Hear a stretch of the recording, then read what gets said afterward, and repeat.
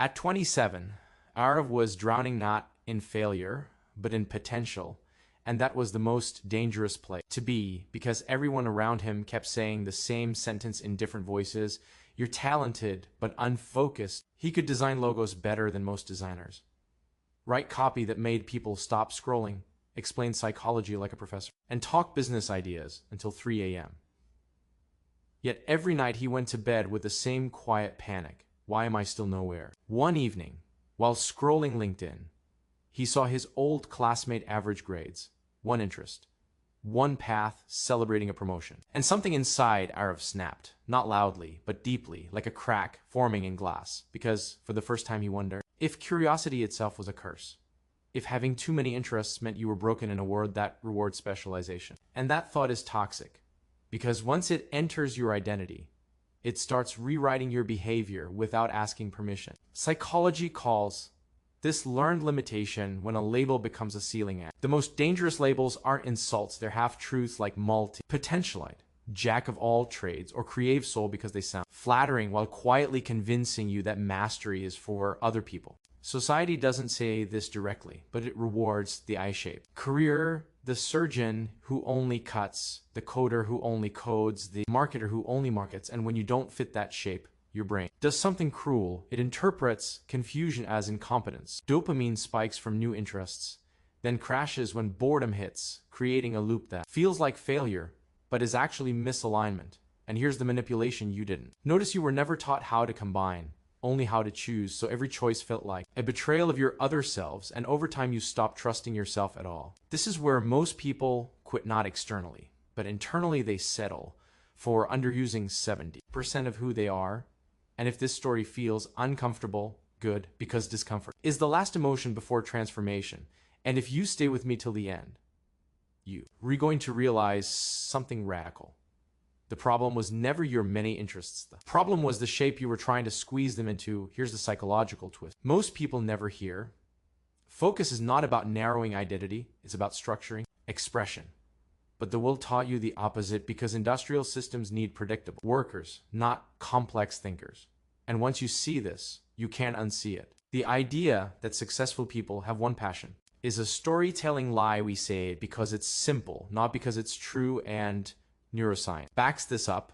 The most adaptive brains are integrative, not singular, meaning they draw strength from cross-domain thinking, which is why the same mind that loves psychology also loves storytelling and strategy, because those interests are not random. They're orbiting the same cognitive core. This is called cognitive convergence, and high-agency individuals naturally develop it, but instead of being taught how to leverage it, they were shamed into suppressing it. And shame is a powerful behavior modifier. It makes you trade long-term fulfillment for short-term approval. Think about it. The most influential people you admire aren't specialists. They're synthesizers. They take ideas from one field and weaponize them in another, but we don't call them scattered. We call them visionary, and the only difference between visionary and lost is structural clarity. Psychology shows that identity confusion creates anxiety, not lack of ability. And once anxiety enters, motivation collapses.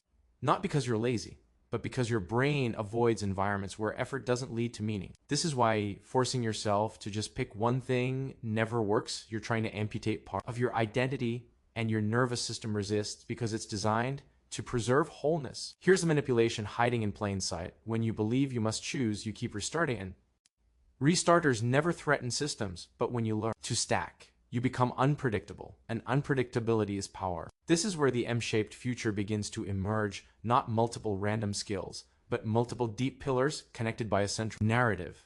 And once you see that your interests aren't distractions but data points, the chaos starts organizing itself, not magically, but logically. The M-shaped future is not about doing everything, it's about owning intersections. And this is where psychology flips the script completely, because motivation doesn't come from discipline, it comes from identity alignment. Picture the letter M.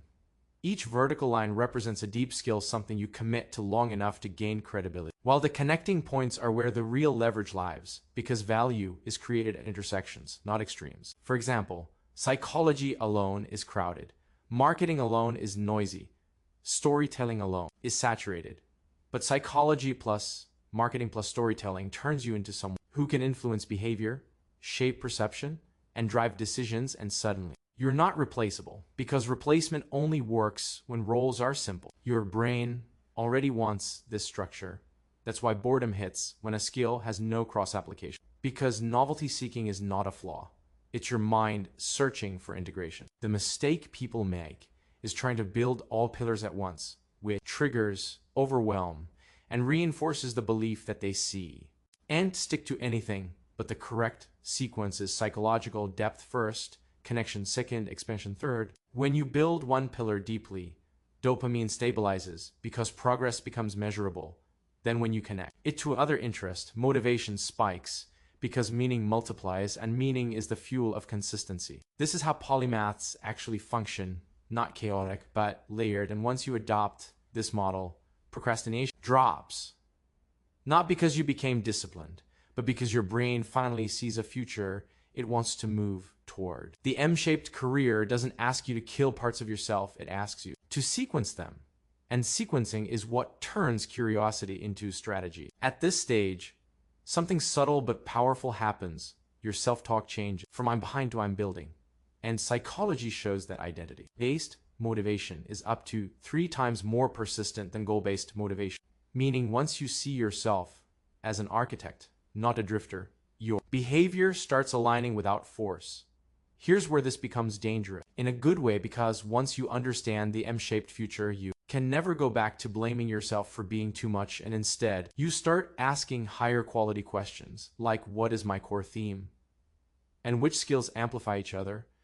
And those questions quietly separate builders from consumers. Arv didn't quit his interests, he mapped them, identified psychology as his base pillar, communication as his second, and strategy as his third.